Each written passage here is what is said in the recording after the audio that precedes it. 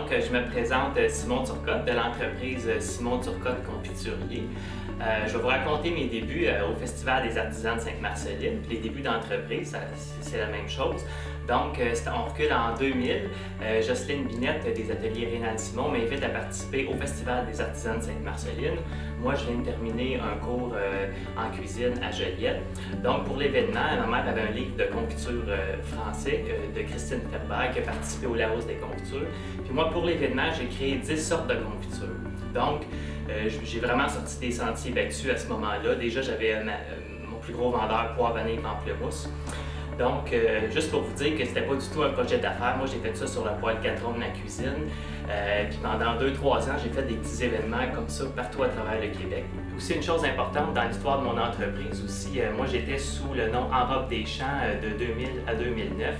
Puis suite à une réflexion, on a décidé de changer l'image de marque, le nom aussi.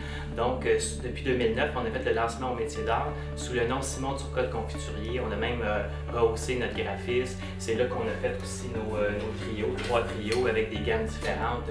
Petit déjeuner gourmet, le moment du fromage, les secrets de cuisine. Ça a eu un grand impact dans ma distribution dans les épiceries fines. Puis suite à ça, j'ai eu plusieurs retombées médiatiques. On a passé à la télévision, au Touilleur, aussi à l'émission Mixeur à TV5. Donc, ça a été un moment charnière dans l'entreprise. J'ai été accepté au Salon des métiers d'art à Place Bonaventure en 2002.